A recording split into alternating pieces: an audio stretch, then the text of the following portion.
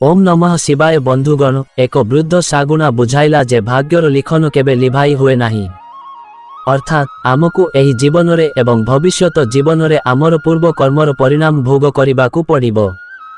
ईश्वरंक न्यायरु केही बंची पारिबे नाही।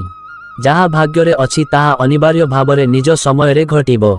एहा व्यतीत एही चारोटी कार्य जने व्यक्ति को राजा रे परिणत करि पारिबो।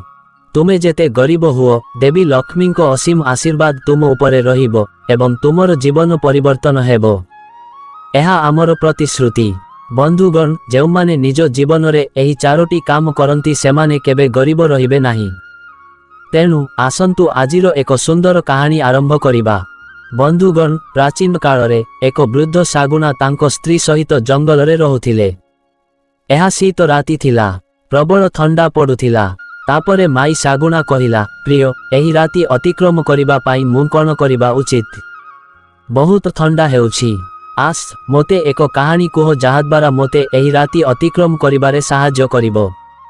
माई सागुना कथा सुनिबा परे वृद्ध पुरुष सागुना कहिला, आजि मु तुमको एक सूचनाप्रद एवं प्रेरणादायक कहानी कहिबी, किंतु एहाकु ध्यान देई सुनो। एहा तुमको जीवनर एक अमूल्य शिक्षा देबो। स्त्री सागुनाटी ध्यान देई सुनिला एवं पुरुष सागुना कहानी आरंभ कला। जेउ माने एही कहानी सुनुछंती सेमाने एहाकु संपूर्ण सुनिबा उचित। कहानीर शेषरे सागुना चारोटी उपाय कहिला जहाकु तुमे मने रखिबो एवं तुमर जीवन रे प्रयोग करिबा उचित। तेनु बंधुगण सागुना कहानी आरंभ कला। बहुत दिन पूर्वर कथा। एक निर्दिष्ट सहर रे जने राजा रहुथिले। गोटिए दिन से तांको दरबार रे बसिथिले। सेतेबेले जने भिकारी आसी पहुंचिले। भिकारीटी बहुत दयनीय अवस्था थिला। तांकर पुरुना जीर्ण शरीर, चिरी जाइथिबा मैला पोशाक एवं असहाय राजा भिकारी को देखि तांको प्रति दया हेला। से तुरंत तांको हिसाब रक्षकंकु डाकी तांको उपयुक्त दान देबाकू एवं विदाय देबाकू निर्देश देले। बंधुगण भिकारी दान ग्रहण कले एवं राजांकु धन्यवाद देई चाली गले। किंतु से राजांको पाई गोटिए प्रश्न छाड़ी गले। राजा आश्चर्य हेले, मुन एपरी केउ भलो काम करिछि जहा मोते एही सिंहासन मिलिला एवं एही भिकारी एपरी कोन करिछि जहा दारिद्र्यतारे जीवन बिताउछि। बंधुगण एही चिंताधारा मनरे रखी परदिन से तांको सहरर समस्त पंडित मानंकु एक बैठक डाकिले। जेतेबेले समस्त पंडित उपस्थित थिले राजा सेमानंको निकटरे तांकर कौतूहल प्रकाश कले। से पंडित मानंकु कहिले, हे पंडितगण मु तुमको एठाकु डाकिबार कारण हेउछि जहा द्वारा मु मोर एक समस्यार समाधान करि पारिबी। एक चिंता मो मनकु गभीर भावरे आंदोलित करुछि। राजांको कथा सुनी सभारे बसिथिबा जने पंडित ठिया हेले एवं पचारिले, महाराज तुमको कोन द्वंद्व हेउछि? एपरी केउ चिंता जहा तुमको आंदोलित करुछि? दयाकरी आमकु कुह। तापरे राजा धीर स्वररे कहिले, हे महान विद्वान माने मु एही सभा को डाकिछि जहा द्वारा मु जानि पारिबी जे मु केउ भलो कार्य पाई एही राज्यर राजा हेछि। जदि तुममानंको मध्यरु केही मोते एहा कहि पारिबो तेबे मु ताकु बहुत सुना मुद्रा पुरस्कार करिबी। जदि केही एही प्रश्नर उत्तर देई पारिबो नाही ताहेले तेबे मु ताकु गध उपरे चढ़ाइबी, तार मुंड लंडा करिबी, तार मोहन रे काली लगाइबी एवं ताकु अपमानित करी राजदरबाररु बाहर करिदेबी। बंधुगण राजांको एही कथा सुनी सभार समस्त विद्वान आश्चर्य होई गले। सेमाने भाबिबाकू लागिले जे राजांकु एहा कहिबा परिवर्ते चुप रहिबा किंबा तांकु किछि दिनर विराम मागी चुपचाप चली जिबा भल हेबो। पंडित माने भाबिले आमे राजांकु कहिबा, किंतु जदि से आमर कथारे संतुष्ट न होवंती तेबे आमे बिना कारणरे एक महा अपमान भोग करिबा।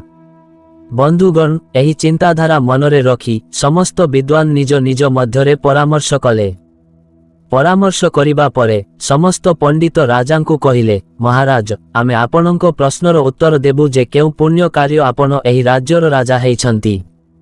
एथिपाई आपनंकु आमकु किछि दिन समय देबाकु पड़िबो। आमकु 6 मास दियंतु।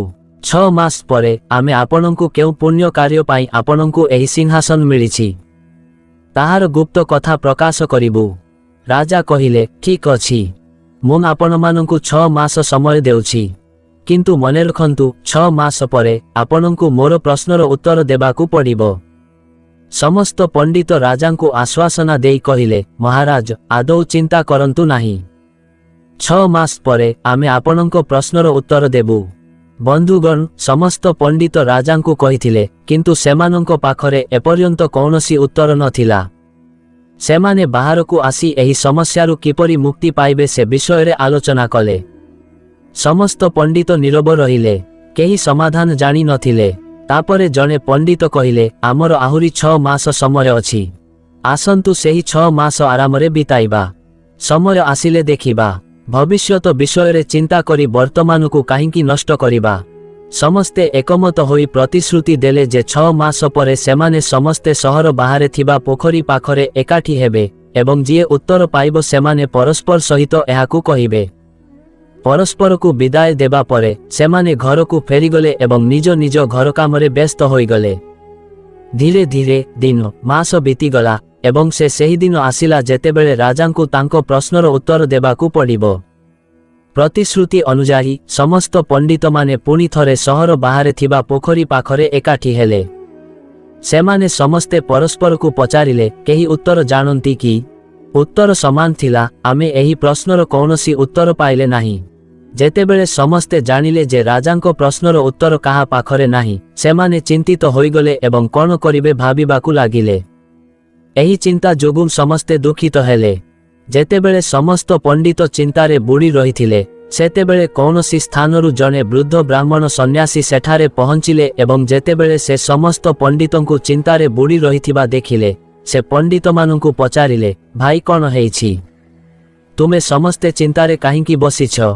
ସନ୍ଥ ପଚାରିବାରୁ ପଣ୍ଡିତମାନେ ସେହି ମହାତ୍ମାଙ୍କୁ ସମଗ୍ର ଘଟଣା କହିଥିଲେ ଏବଂ କହିଥିଲେ, ମହାତ୍ମା ଜୀ, ଯଦି ଆମେ କାଲି ରାଜାଙ୍କ ପ୍ରଶ୍ନର ଉତ୍ତର ନ ଦେବୁ, ତେବେ ରାଜା ଆମ ମୁଣ୍ଡ ଲଣ୍ଡା କରି ଗଧ ଉପରେ ବସାଇ ରାଜ୍ୟରୁ ବାହାର କରିଦେବେ। ଏହି କାରଣରୁ ଆମେ ସମସ୍ତେ ଚିନ୍ତିତ।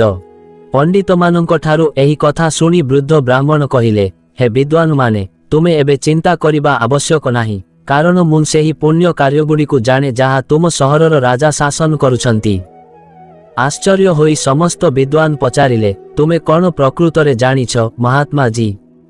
ଏବଂ ତୁମେ କିପରି ଜାଣିଲ? ସନ୍ନ୍ୟାସୀ ଉତ୍ତର ଦେଲେ, ହଁ, ନିଶ୍ଚିତ। ହାତ ଯୋଡ଼ି ପଣ୍ଡିତମାନେ କହିଲେ, ମହାତ୍ମା ଜୀ, ଯଦି ଏହା ସତ୍ୟ, ତେବେ ଦୟାକରି ଆମକୁ କୁହ ଯେ କେଉଁ ପୁଣ୍ୟ କାର୍ଯ୍ୟ ପାଇଁ ଆମ ରାଜ୍ୟର ରାଜା ହେଇଛନ୍ତି। ଆମେ ତାଙ୍କଠାରୁ ପାଇଥିବା ଯେକୌଣସି ଉପହାରର ସର୍ବାଧିକ ଅଂଶ ତୁମକୁ ଦେବାକୁ ପ୍ରତିଶ୍ରୁତି ଦେଉଛୁ। ତାପରେ ବୃଦ୍ଧ ବ୍ରାହ୍ମଣ ଉତ୍ତର ଦେଲେ, ହେ ବିଦ୍ୱାନମାନେ, ମୁଁ ତୁମଠାରୁ କୌଣସି ଉପହାର ଚାହେଁ ନାହିଁ। କେବଳ ମୋତେ ରାଜାଙ୍କ ପାଖକୁ ନେଇ ଚାଲ। ମୁଁ ନିଜେ ତାଙ୍କ ପ୍ରଶ୍ନର ଉତ୍ତର ଦେବି।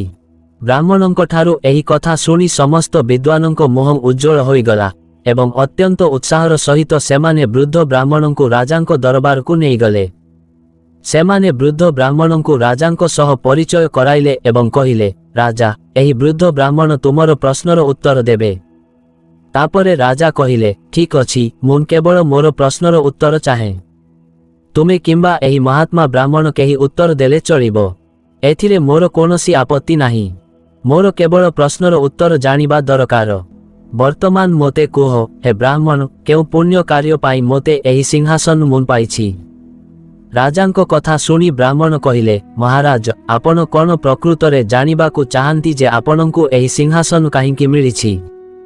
ରାଜା କୌତୂହଳର ସହିତ କହିଲେ, ହଁ ବ୍ରାହ୍ମଣ ମହାତ୍ମା, ମୁଁ ତାହା ଜାଣିବାକୁ ଚାହେଁ। ବ୍ରାହ୍ମଣ କହିଲେ, ମହାରାଜ, ଏହି ଗରିବ ବିଦ୍ୱାନମାନଙ୍କୁ ହଇରାଣ କରିବାର କୌଣସି ଲାଭ ନାହିଁ। କେବଳ ଜଣେ ବ୍ୟକ୍ତି ଆପଣଙ୍କ ପ୍ରଶ୍ନର ଉତ୍ତର ଦେଇପାରିବେ। ରାଜା ଆହୁରି ଉତ୍ସାହର ସହିତ ପଚାରିଲେ, କିଏ ମୋତେ କହିପାରିବ? ଏହି ଗୁପ୍ତ କଥା ଶୀଘ୍ର ପ୍ରକାଶ କରନ୍ତୁ। ମୁଁ ଆଉ ବିଳମ୍ବ କରିପାରିବି ନାହିଁ। ତାପରେ ବୃଦ୍ଧ ବ୍ରାହ୍ମଣ କହିଲେ, ମହାରାଜ, ଏଠାରୁ 100 ମାଇଲ ଦୂରରେ ଉତ୍ତରରେ ଏକ ଜଙ୍ଗଲରେ ଜଣେ ମହାତ୍ମା ତପସ୍ୟା କରୁଛନ୍ତି। ସେ କେବଳ ପାଉଁଶ ଖାଆନ୍ତି ଏବଂ କେବଳ ପାଉଁଶ ମଳ ତ୍ୟାଗ କରନ୍ତି। ସେ ଜଣେ ମହାନ ଋଷି ଏବଂ ଦୂରଦୃଷ୍ଟି ସମ୍ପନ୍ନ।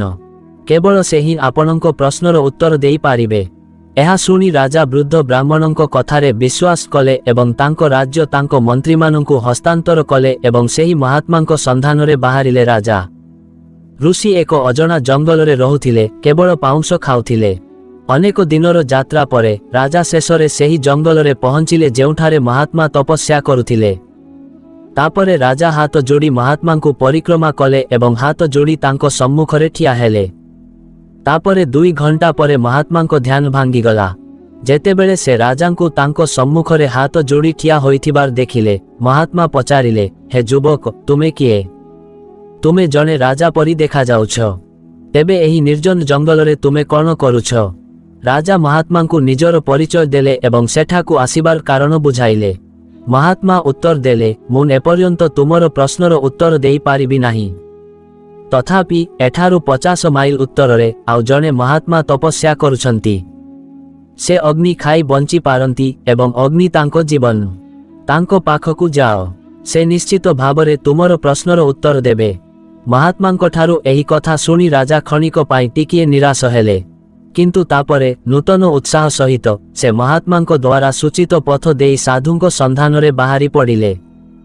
ଖୁବ୍ ଶୀଘ୍ର ସେ ସେହି ସାଧୁଙ୍କୁ ପାଇଲେ ଯିଏ ଅଗ୍ନିରେ ତପସ୍ୟା କରୁଥିଲେ ଏବଂ କେବଳ ଅଗ୍ନି ଖାଇ ବଞ୍ଚି ଯାଉଥିଲେ। ସେ ମଧ୍ୟ ଧ୍ୟାନ ଅବସ୍ଥାରେ ବସିଥିଲେ। କିଛି ସମୟ ପରେ ଯେତେବେଳେ ମହାତ୍ମାଙ୍କ ଧ୍ୟାନ ଭାଙ୍ଗିଲା, ସେ ରାଜାଙ୍କୁ ସେଠାରେ ସମ୍ମାନର ସହିତ ଠିଆ ହୋଇଥିବା ଦେଖିଲେ। ମହାତ୍ମା ରାଜାଙ୍କୁ ତାଙ୍କ ପାଖକୁ ଆସିବାର କାରଣ ପଚାରିଲେ ଏବଂ ରାଜା ତାଙ୍କୁ ତାଙ୍କର ସମସ୍ୟା କହିଲେ ଏବଂ ତାଙ୍କର ମନ ଏବଂ ଗୁପ୍ତ କଥା ଖୋଲିଦେଲେ। ବନ୍ଧୁଗଣ, ରାଜାଙ୍କ କଥା ଶୁଣିବା ପରେ ଋଷି କହିଲେ, ଶୁଣ ମହାରାଜ, ଏହା ସତ୍ୟ ଯେ ମୁଁ ବହୁତ ଦିନ ଧରି ତପସ୍ୟା କରି ଆସୁଛି, କିନ୍ତୁ ଅନେକ ଗୁପ୍ତ କଥା ଅଛି ଯାହା ମୁଁ ମଧ୍ୟ ଜାଣିନାହିଁ। ମୁଁ ଏହାର ଉତ୍ତର ଦେଇପାରୁନାହିଁ। ବନ୍ଧୁଗଣ, ଯେତେବେଳେ ରାଜା ଋଷିଙ୍କଠାରୁ ଏହି କଥା ଶୁଣନ୍ତି, ସେ ନିରାଶ ହୋଇଗଲେ। ରାଜା ସନ୍ଥଙ୍କୁ କୁହନ୍ତି, ହେ ପ୍ରଭୁ, ତେବେ ମୋର ଏତେ ଦୂର ଆସିବା ବ୍ୟର୍ଥ ହୋଇଛି। ମୁଁ ବହୁତ ଆଶା ନେଇ ଆପଣଙ୍କ ପାଖକୁ ଆସିଛି ଯେ ଆପଣ ନିଶ୍ଚିତ ଭାବରେ ମୋର ସମସ୍ୟାର ସମାଧାନ କରିବେ। ଯେତେବେଳେ ସନ୍ଥ ରାଜାଙ୍କୁ ଗଭୀର ଦୁଃଖିତ ଦେଖିଲେ, ସେ କୁହନ୍ତି, ହେ ମହାରାଜ, ନିରାଶ ହୁଅନ୍ତୁ ନାହିଁ। ମୁଁ ଆପଣଙ୍କ ପ୍ରଶ୍ନର ଉତ୍ତର ଜାଣିନାହିଁ, କିନ୍ତୁ ମୁଁ ସେହି ବ୍ୟକ୍ତିଙ୍କୁ ଭଲ ଭାବରେ ଜାଣେ ଯିଏ ଆପଣଙ୍କ ସମସ୍ତ ପ୍ରଶ୍ନର ଉତ୍ତର ଜାଣନ୍ତି। ରାଜା କହିଲେ, ଠିକ୍ ଅଛି ମହାରାଜ, ଦୟାକରି ମୋତେ ତାଙ୍କର ଠିକଣା କୁହନ୍ତୁ। ଯେହେତୁ ମୁଁ ଏତେ ଦୂର ଆସିଛି, ମୁଁ ତାଙ୍କୁ ମଧ୍ୟ ଭେଟିବି। ତାପରେ ସନ୍ଥ କହିଲେ, ଶୁଣ ରାଜା, ଏଠାରୁ 100 ମାଇଲ ଦୂରରେ ଟିଲାଗଡ଼ ନାମକ ଏକ ନଗର ଅଛି। ସେହି ନଗରୀରେ ସଞ୍ଜୟ ନାମକ ଜଣେ ସମ୍ମାନିତ ବୈଶ୍ୟ ବାସ କରନ୍ତି। ତାଙ୍କ ସ୍ତ୍ରୀ ବର୍ତ୍ତମାନ ଗର୍ଭବତୀ ଅଛନ୍ତି ଏବଂ 2 ଦିନ ପରେ ତାହାର ସ୍ତ୍ରୀ ଏକ ପୁତ୍ର ସନ୍ତାନକୁ ଜନ୍ମ ଦେବେ।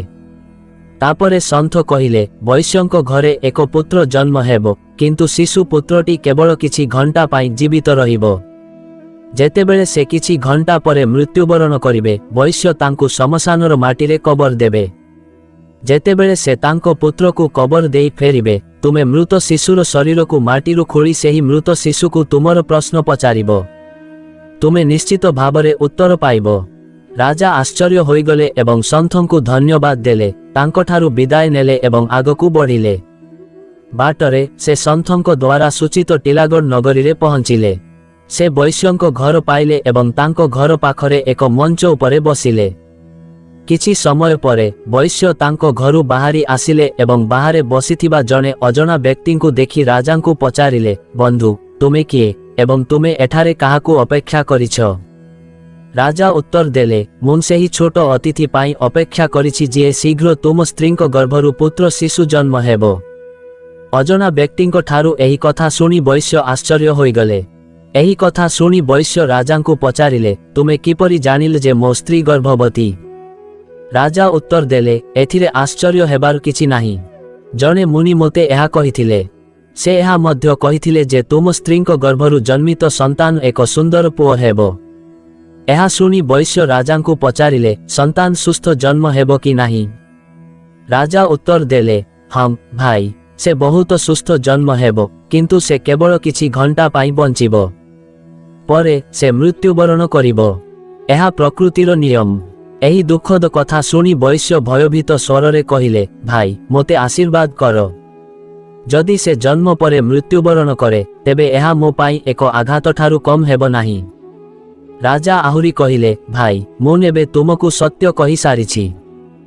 ବନ୍ଧୁଗଣ, ଯେତେବେଳେ ବୈଶ୍ୟ ଜଣେ ଅପରିଚିତ ବ୍ୟକ୍ତିଙ୍କଠାରୁ ଏହି କଥା ଶୁଣନ୍ତି, ସେ ତାଙ୍କ ପୁଅକୁ ରକ୍ଷା କରିବା ପାଇଁ ଅନେକ ବୈଦ୍ୟଙ୍କୁ ଡାକିଲେ ନିଜ ଶିଶୁ ପୁତ୍ରର ଚିକିତ୍ସା କରିବା ପାଇଁ, କିନ୍ତୁ ଭାଗ୍ୟ ଯାହା ଲେଖା ଅଛି ତାହା କିଏ ଲିଭାଇ ପାରିବ ନାହିଁ। ଭାଗ୍ୟ ଯାହା ଅଛି ତାହା ମଣିଷକୁ ଭୋଗ କରିବାକୁ ପଡ଼ିଥାଏ। ବୈଶ୍ୟ ତାଙ୍କ ପୁଅକୁ ରକ୍ଷା କରିବାକୁ ଯଥାସମ୍ଭବ ଚେଷ୍ଟା କଲେ, କିନ୍ତୁ ତାଙ୍କର କୌଣସି କୌଶଳ କାମ କଲା ନାହିଁ। କିଛି ସମୟ ପରେ ମହାତ୍ମାଙ୍କ ପରାମର୍ଶ ଅନୁସାରେ ବୈଶ୍ୟଙ୍କ ସ୍ତ୍ରୀଙ୍କ ଗର୍ଭରୁ ଏକ ପୁତ୍ର ଜନ୍ମ ହେଲା। ମହା ଉତ୍ସବ ଆରମ୍ଭ ହେଲା, କିନ୍ତୁ ମାତ୍ର 4 ଘଣ୍ଟା ପରେ ପିଲାଟି ଅଚେତ ହୋଇଗଲା। ସମସ୍ତ ବୈଦ୍ୟ ପିଲାଟିକୁ ବଞ୍ଚାଇବା ପାଇଁ ଯଥାସମ୍ଭବ ଚେଷ୍ଟା କଲେ, କିନ୍ତୁ ସେମାନଙ୍କର ପ୍ରୟାସ ବିଫଳ ହେଲା ଏବଂ ଜନ୍ମ ହେବାର ମାତ୍ର 4 ଘଣ୍ଟା ପରେ ପିଲାଟିର ମୃତ୍ୟୁ ହେଲା। କିଛି ମୁହୂର୍ତ୍ତ ପୂର୍ବରୁ ଆନନ୍ଦ ଏବଂ ଖୁସିରେ ପରିପୂର୍ଣ୍ଣ ଘରଟି ହଠାତ୍ ଶୋକରେ ପରିପୂର୍ଣ୍ଣ ହୋଇଗଲା। ପିଲାଟିର ମୃତ୍ୟୁ ହଠାତ୍ ଏକ ଭୟଙ୍କର ଶୋକ ପରିଣତ ହେଲା। ବୈଶ୍ୟଙ୍କ ଘରେ ପରିବାରର ସମସ୍ତ ସଦସ୍ୟ ପିଲାଟିର ମୃତ୍ୟୁର ବିଯୋଗରେ ଦୁଃଖରେ କାନ୍ଦୁଥିଲେ। ବୈଶ୍ୟ ତାଙ୍କର କର୍ତ୍ତବ୍ୟ ପାଳନ କଲେ। ସେ ତାଙ୍କ ପିଲାର ଶରୀରକୁ ଏକ କପଡ଼ାରେ ଗୁଡ଼ାଇ ଶ୍ମଶାନକୁ ଗଲେ। ଶ୍ମଶାନରେ ପହଞ୍ଚିବା ପରେ ବୈଶ୍ୟ ଏକ ମାଟିରେ ଗାତ ଖୋଳି ତାଙ୍କ ପିଲାକୁ ପୋତି ଦେଲେ। ତାପରେ ବୈଶ୍ୟ ଲୁହଭରା ଆଖିରେ ଘରକୁ ଫେରିବାକୁ ଲାଗିଲେ। ଠିକ୍ ସେହି ସମୟରେ ଆଶ୍ଚର୍ଯ୍ୟରେ ଅପେକ୍ଷା କରିଥିବା ରାଜା ଘଟଣାସ୍ଥଳକୁ ଆସିଲେ। ଋଷି କହିଥିଲେ ଯେ ବୈଶ୍ୟ ଘରକୁ ଫେରିବା ମାତ୍ରେ ତାଙ୍କୁ ମାଟିରୁ ପିଲାଟିକୁ ବାହାର କରିବାକୁ ପଡ଼ିବ। ଯଦି ସେ ଗୋଟିଏ ମୁହୂର୍ତ୍ତ ମଧ୍ୟ ବିଳମ୍ବ କରନ୍ତି ତେବେ ତାଙ୍କର ପ୍ରଶ୍ନ ମିଳିବ ନାହିଁ। ତେଣୁ ବୈଶ୍ୟ ଯିବା ମାତ୍ରେ ରାଜା ଘଟଣାସ୍ଥଳରେ ପହଞ୍ଚିଲେ, ମାଟି କାଢ଼ି ପିଲାଟିକୁ ବାହାର କଲେ। ବନ୍ଧୁଗଣ, ରାଜା ଯେତେବେଳେ ପିଲାଟିକୁ କପଡ଼ାରୁ ବାହାର କଲେ ତାଙ୍କର ଆଶ୍ଚର୍ଯ୍ୟର ସୀମା ରହିଲା ନାହିଁ। ଏହିପରି କର୍ମ ଏବଂ ସତ୍ୟର ଶକ୍ତି ପିଲାଟିକୁ ପୁନର୍ବାର ଜୀବିତ କରିଦେଲା। କର୍ମ ଏବଂ ସତ୍ୟର ଶକ୍ତି ମାଧ୍ୟମରେ ହିଁ ଛୋଟ ଶିଶୁଟି ପୁନର୍ବାର ଜୀବିତ ହେଲା। ପିଲାଟି ମୁରୁକି ହସି କହିଲା, କ'ଣ ହେଲା ଭାଇ, ତୁମେ ମୋର ଶାନ୍ତିପୂର୍ଣ୍ଣ ନିଦ୍ରା କାହିଁକି ଭାଙ୍ଗିଲ? ପିଲାଟିର କଥା ଶୁଣି ରାଜା ତାଙ୍କର ପ୍ରଶ୍ନ ପଚାରିଲେ, ମୁଁ ତୁମ ପାଖକୁ ଉତ୍ତର ପାଇଁ ଆସିଛି। ତୁମେ ହିଁ ଏକମାତ୍ର ଯିଏ ମୋର ସନ୍ଦେହର ସମାଧାନ କରିପାରିବ। ରାଜା ତାଙ୍କର ସମସ୍ୟାକୁ ବିସ୍ତାରିତ ଭାବରେ ବୁଝାଇ ପିଲାଟିକୁ କହିଲେ, ଭାଇ ଶୁଣ, ତୁମେ ଏହି ରାଜ୍ୟର ରାଜା ହେବାର କାରଣ ଏହାର ଏକ ଲମ୍ବା କାହାଣୀ ରହିଛି। ଯଦି ତୁମେ ପ୍ରକୃତରେ ଜାଣିବାକୁ ଚାହୁଁଛ ତେବେ ମୁଁ ତୁମକୁ ସଂକ୍ଷେପରେ କାହାଣୀଟି କହିବି। ଭାଇ, ଏହି ଜନ୍ମରେ ତୁମେ ଜଣେ ରାଜା। ଏହି ଜନ୍ମ ପୂର୍ବରୁ ତୁମର ପୂର୍ବ ଜନ୍ମରେ ତୁମେ ମୋର ସାନ ଭାଇ ଥିଲ। ରାଜା ଆଶ୍ଚର୍ଯ୍ୟ ହୋଇ କହିଲେ, ମୁଁ ତୁମର ଭାଇ ଥିଲି? ବାଳକଟି ଉତ୍ତର ଦେଲା, ହଁ, ଆମର ପୂର୍ବ ଜନ୍ମରେ ଆମେ 4 ଭାଇ ଥିଲେ। ଆମେ ଏକ ଆଶ୍ରମରେ ରହୁଥିଲେ ଏବଂ ପାଠ ପଢୁଥିଲେ। ପ୍ରାଚୀନ କାଳରେ ଜଣେ ଛାତ୍ରର ଜୀବନ ଜଣେ ସନ୍ନ୍ୟାସୀଙ୍କ ପରି ଥିଲା। ବ୍ରହ୍ମଚର୍ଯ୍ୟ ପାଳନ କରିବା, ଖାଦ୍ୟ ମାଗିବା ଏବଂ ଅନ୍ୟାନ୍ୟ ଅନେକ ନିୟମ ଛାତ୍ର ପାଇଁ ଆବଶ୍ୟକ ଥିଲା। ଏହି ନିୟମ ପାଳନ କରି 4 ଭାଇ ଏକ ଆଶ୍ରମରେ ଏକାଠି ପାଠ ପଢୁଥିଲେ। ଆମେ ଆଶ୍ରମର ନିକଟସ୍ଥ ସହରକୁ ଭିକ୍ଷା ମାଗିବାକୁ ଯାଉଥିଲେ। ଆମେ ଯାହା ବି ଭିକ୍ଷା ପାଉଥିଲୁ ତାହାକୁ ଆମେ ଏକାଠି ବାଣ୍ଟି ଖାଉଥିଲେ। ଏହିପରି 4 ଭାଇ ଆଶ୍ରମରେ ରହୁଥିଲେ ଏବଂ ପାଠ ପଢୁଥିଲେ ଏବଂ ଏହା ବହୁ ବର୍ଷ ଧରି ଚାଲିଥିଲା। କିନ୍ତୁ ଗୋଟିଏ ଦିନ ଆମେ ଏକ ଗୁରୁତର ଭୁଲ କରିଥିଲୁ। ରାଜା କୌତୂହଳୀ ହୋଇ ପଚାରିଲେ, କ'ଣ ଭୁଲ ଥିଲା? ପିଲାଟି ଉତ୍ତର ଦେଲା, ରାଜା, ମୋତେ ବାଧା ଦିଅ ନାହିଁ। କେବଳ ମୋ କଥା ଶୁଣ, କାରଣ ମୋର ବହୁତ କମ୍ ସମୟ ବାକି ଅଛି। ଯଦି ଏହା ଶେଷ ହୋଇଯାଏ ତେବେ ତୁମର ଉତ୍ତର ଅସମ୍ପୂର୍ଣ୍ଣ ରହିବ। ପିଲାଟିର କଥା ଶୁଣି ରାଜା ଚୁପ୍ ହୋଇଗଲା। ପିଲାଟି ଆହୁରି କହିଲା, ହେ ମହାରାଜ, ଗୋଟିଏ ଦିନ ସବୁଦିନ ପରି 4 ଭାଇ ଭିକ୍ଷା ମାଗିବାକୁ ବାହାରି ଯାଇଥିଲୁ।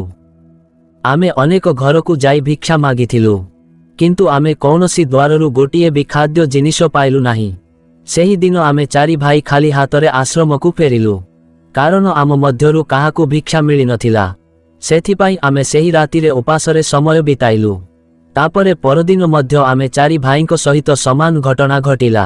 ସେଦିନ ମଧ୍ୟ ଆମେ ଗୋଟିଏ ବି ଖାଦ୍ୟ ପାଇଲୁ ନାହିଁ ଏବଂ ଆମେ ଦିନଟି ଭୋକିଲା ରହି କାଟିଲୁ।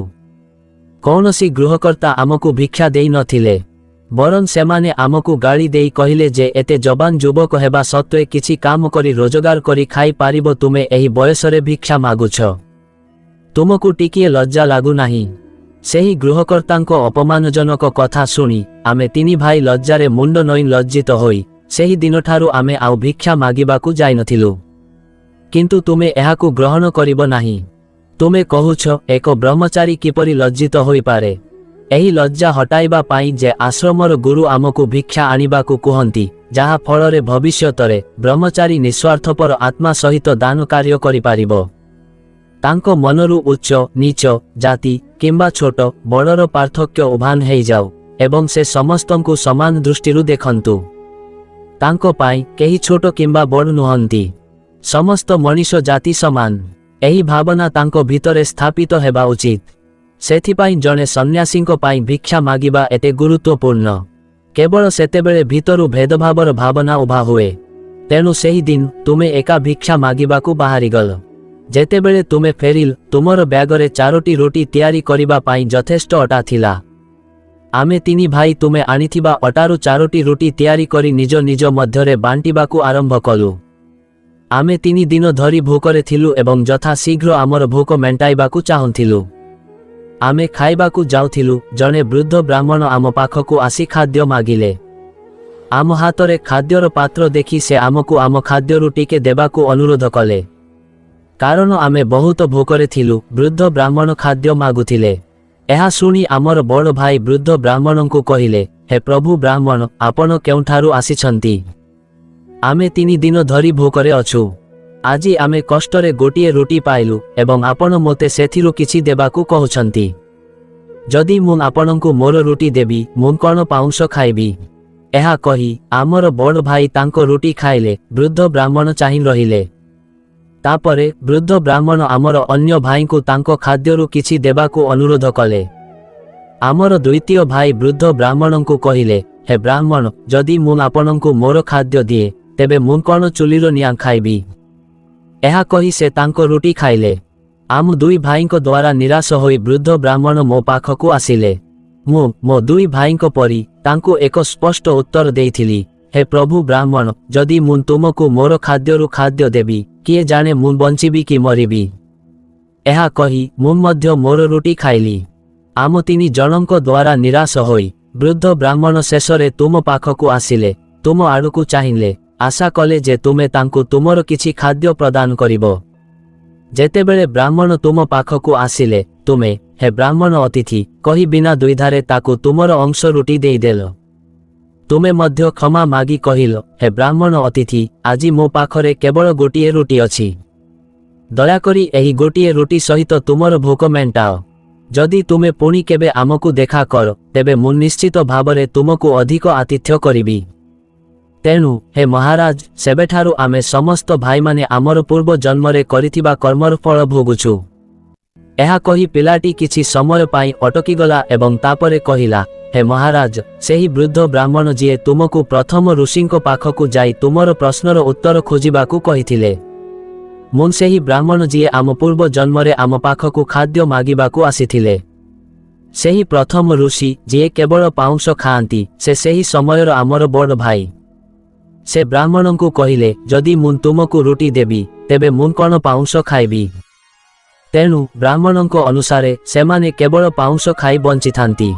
ପ୍ରଥମ ଋଷି ଯିଏ ତୁମକୁ ଦ୍ୱିତୀୟ ଋଷିଙ୍କ ପାଖକୁ ଯିବାକୁ ପରାମର୍ଶ ଦେଇଥିଲେ, ସେ ପ୍ରକୃତରେ ଆମର ଦ୍ୱିତୀୟ ଭାଇ, ଯିଏ କେବଳ ନିଆଁ ଖାଇ ବଞ୍ଚନ୍ତି। ଯେତେବେଳେ ବ୍ରାହ୍ମଣ ରୁଟି ମାଗିଲେ, ସେ କହିଲେ, ହେ ପ୍ରଭୁ ବ୍ରାହ୍ମଣ, ଯଦି ମୁଁ ତୁମକୁ ରୁଟି ଦିଏ, ତେବେ ମୁଁ କ'ଣ ଚୁଲିରୁ ନିଆଁ ଖାଇବି? ବ୍ରାହ୍ମଣଙ୍କ ଅଭିଶାପ ଏବେ ତାଙ୍କ ଉପରେ ମଧ୍ୟ ପ୍ରଭାବ ପକାଇଛି। ତାପରେ ପିଲାଟି ରାଜାଙ୍କୁ କହିଲା, ହେ ମହାରାଜ, ଏବେ ମୋ କଥା ଶୁଣ। ମୁଁ ବ୍ରାହ୍ମଣଙ୍କୁ ରୁଟି ଦେବାକୁ ମନା କରିଦେଲି ଏବଂ କହିଲି, ଯଦି ମୁଁ ତୁମକୁ ରୁଟି ଦେବି, ତେବେ ମୋର କ'ଣ ହେବ? ମୁଁ ବଞ୍ଚିବି ନା ମରିବି? ସେବେଠାରୁ ମୁଁ ଜନ୍ମ ପରେ କିଛି ସମୟ ବଞ୍ଚି ତାପରେ ମୋର ମୃତ୍ୟୁ ହେଉଛି। ମୁଁ ପ୍ରତିଦିନ କାହା ଘରେ ଜନ୍ମ ହୁଏ, କିଛି ଘଣ୍ଟା, ଦିନ କିମ୍ବା ମାସ ପାଇଁ ବଞ୍ଚିଥାଏ, ପୁଣି ଥରେ ମରିଯାଏ। ମୋତେ କେବଳ ଗର୍ଭର ଅସହ୍ୟ ଯନ୍ତ୍ରଣା ସହିବାକୁ ପଡ଼େ, ଯେଉଁଠାରେ ମୁଁ ବଞ୍ଚିଥାଏ କିନ୍ତୁ ମୃତ ଅବସ୍ଥାରେ ବଞ୍ଚିଥାଏ। ଏବଂ ଏହା ସେବେଠାରୁ ଏକ ନିୟମିତ ଘଟଣା। ବନ୍ଧୁଗଣ, ଯେତେବେଳେ ଶିଶୁଟି ରାଜାଙ୍କୁ ଏହା କହିଲା, ସେ ତାଙ୍କୁ ନିଜ ବିଷୟରେ କହିବାକୁ ଲାଗିଲା। ସେ ରାଜାଙ୍କୁ କହିଲେ, ହେ ମହାରାଜ, ଏବେ ନିଜ ବିଷୟରେ ମୋ କଥା ଶୁଣ। ତୁମେ ସେହି ବ୍ରାହ୍ମଣଙ୍କୁ ତୁମର ଖାଦ୍ୟର ଅଂଶ ଦେଇଥିଲ ଏବଂ ନିଜେ ଭୋକିଲା ରହିଥିଲ। ତୁମେ ତୁମର ଆତିଥ୍ୟର କର୍ତ୍ତବ୍ୟକୁ ସମ୍ପୂର୍ଣ୍ଣ ଭାବରେ ପାଳନ କରିଥିଲ। ତେଣୁ ସେହି ଭଲ କାମ ଯୋଗୁଁ ତୁମକୁ ଏହି ଜୀବନରେ ରାଜା ହେବାର ସୁଯୋଗ ଦିଆଯାଇଛି। କାରଣ ଭଗବାନ କେବଳ ସେମାନଙ୍କୁ ରାଜା କରନ୍ତି କିମ୍ବା ଧନୀ କରନ୍ତି ଯେଉଁମାନେ ନିଜ ବିଷୟରେ ଚିନ୍ତା ନକରି ଅନ୍ୟର ଯତ୍ନ ନିଅନ୍ତି, ଯେଉଁମାନେ ସେମାନଙ୍କ କଷ୍ଟର ବା ଦୁଃଖର ସମୟରେ ଅନ୍ୟକୁ ସାହାଯ୍ୟ କରନ୍ତି, ଯେଉଁମାନେ ଅନ୍ୟମାନଙ୍କ ସେବାରେ ନିଜ ଖାଦ୍ୟ ମଧ୍ୟ ଦାନ ଦିଅନ୍ତି। ଈଶ୍ୱର ଏପରି ଲୋକଙ୍କୁ ଏହି ଉଦ୍ଦେଶ୍ୟ ସହିତ ଧନୀ କରନ୍ତି ଯେ ଧନୀ ହେବା ପରେ ସେମାନେ ଅନ୍ୟମାନଙ୍କ ସୁଖ ଏବଂ ସମୃଦ୍ଧିରେ ସମର୍ଥନ କରିବେ। କିନ୍ତୁ ଅଧିକାଂଶ ଲୋକ ଧନୀ ହେବା ପରେ କେବଳ ନିଜ ବିଷୟରେ ଚିନ୍ତା କରନ୍ତି। ସେମାନେ ଭୁଲିଯାନ୍ତି ଯେ ଏହି ସମ୍ପତ୍ତି ଏବଂ ସମୃଦ୍ଧି ଆମର ପୂର୍ବ ଜନ୍ମର ପୁଣ୍ୟ ଫଳାଫଳ ଯୋଗୁଁ ଏବଂ ଈଶ୍ୱର ଆମକୁ ଅନ୍ୟମାନଙ୍କୁ ସାହାଯ୍ୟ କରିବା ପାଇଁ ଧନୀ କରିଛନ୍ତି। ଯଦି ଆମେ ପୁଣ୍ୟ କାର୍ଯ୍ୟ କରିବା ଏବଂ ଲୋକଙ୍କୁ ସାହାଯ୍ୟ କରିବା ତେବେ ପରମେଶ୍ୱର ଏହି ଜୀବନରେ ଆମକୁ ଧନୀ କରିବେ। ଆମର ପରବର୍ତ୍ତୀ ଜୀବନ ମଧ୍ୟ ସୁଖ ସମୃଦ୍ଧିରେ ବିତିବ। ତେଣୁ ହେ ମହାରାଜ, ଆପଣଙ୍କ ପାଇଁ ଏହା ସର୍ବୋତ୍ତମ ହେବ ଯେ ଆପଣ ଆପଣଙ୍କ ପ୍ରଜା, ଗରିବ, ଅସହାୟ ଏବଂ ଅଭାବଗ୍ରସ୍ତମାନଙ୍କୁ ଉଦାର ଭାବରେ ସାହାଯ୍ୟ କରନ୍ତୁ। ଦାନ କାର୍ଯ୍ୟ କରନ୍ତୁ ଯାହା ଦ୍ୱାରା ଆପଣଙ୍କ ଭବିଷ୍ୟତ ଜୀବନ ମଧ୍ୟ ସୁଖମୟ ହୋଇପାରିବ। ବନ୍ଧୁଗଣ, ଏହା କହିବା ପରେ ଶିଶୁ ପିଲାଟି ଚୁପ୍ ହୋଇଗଲା। ତାର ଆଖି ବନ୍ଦ ହୋଇଗଲା। ତାର ବେକ ଗୋଟିଏ ପାର୍ଶ୍ୱକୁ ଭାଙ୍ଗି ପଡ଼ିଲା। ବର୍ତ୍ତମାନ ରାଜା ବୁଝିପାରିଲେ ଯେ ଏହି ପିଲାଟି କେବଳ ଅଳ୍ପ ସମୟ ପାଇଁ ବଞ୍ଚେ। ତେଣୁ ବହୁତ ଯତ୍ନର ସହିତ ରାଜା ପିଲାଟିକୁ ଏକ କପଡ଼ାରେ ଗୁଡ଼ାଇ ତାଙ୍କୁ ବହୁତ ସମ୍ମାନର ସହିତ ମାଟିରେ ଗାତ ଖୋଳି ପୋତି ଦେଲେ। ତାପରେ ରାଜା ତାଙ୍କ ନଗରକୁ ଫେରି ଆସିଲେ। ତାଙ୍କ ପ୍ରଶ୍ନର ଉତ୍ତର ପାଇଗଲେ। ଏହି କାରଣରୁ ତାଙ୍କୁ ରାଜା ହେବାର ସୌଭାଗ୍ୟ ମିଳିଥିଲା। ବନ୍ଧୁଗଣ, ମୁଁ ଆଶା କରୁଛି ଯେ ଏହି କାହାଣୀ ଆପଣଙ୍କୁ କେଉଁ କାର୍ଯ୍ୟ କଲେ ଜଣେ ବ୍ୟକ୍ତିକୁ ରାଜା କରିଥାଏ ଏବଂ କେଉଁ କାର୍ଯ୍ୟ କଲେ ବ୍ୟକ୍ତିକୁ ଅପମାନଜନକ ବା ଦୁଃଖରେ ଜୀବନ ବିତାଇବାକୁ ପଡ଼ିଥାଏ। ଯଦି ଆପଣ ନିଜର ଭବିଷ୍ୟତ ଭଲ ସମୟ ହେଉ ଚାହାନ୍ତି ତେବେ ଦୟାକରି ଗରିବ ଏବଂ ଅସହାୟମାନଙ୍କୁ ସାହାଯ୍ୟ କରନ୍ତୁ। ଅଭାବଗ୍ରସ୍ତମାନଙ୍କୁ ସାହାଯ୍ୟ କରନ୍ତୁ। ଆପଣଙ୍କ ପିତାମାତାଙ୍କୁ ସମ୍ମାନ କରନ୍ତୁ ଏବଂ ପରମେଶ୍ୱରଙ୍କୁ ଭକ୍ତି ଆରାଧନା କରନ୍ତୁ। କାରଣ ଆମର ଆଜିର କାର୍ଯ୍ୟ ଆମର ଭବିଷ୍ୟତ ଭାଗ୍ୟ ନିର୍ଣ୍ଣୟ କରେ। ଯେଉଁମାନେ ଭଲ କାମ କରନ୍ତି ସେମାନେ ଖୁସି ପାଆନ୍ତି ଏବଂ ଯେଉଁମାନେ ଖରାପ କାମ କରନ୍ତି ସେମାନେ ଦୁଃଖ ପାଆନ୍ତି। ତେଣୁ ବନ୍ଧୁଗଣ, ଆମେ ଆଶା କରୁଛୁ ଯେ ଆପଣ ଆଜିର ଆମର କାହାଣୀଟି ଭଲ ଲାଗିଥିବ। ତେଣୁ କମେଣ୍ଟରେ ଭକ୍ତିର ସହିତ ଜୟ ଶ୍ରୀକୃଷ୍ଣ ଲେଖନ୍ତୁ। ଭିଡିଓଟିକୁ ଲାଇକ୍ କରନ୍ତୁ, ଆମ ଚ୍ୟାନେଲକୁ ସବସ୍କ୍ରାଇବ୍ କରନ୍ତୁ ଏବଂ ପାଖରେ ଥିବା ଘଣ୍ଟିକୁ ଥରେ ଦବାନ୍ତୁ। ଧନ୍ୟବାଦ। ଜୟ ଶ୍ରୀକୃଷ୍ଣ।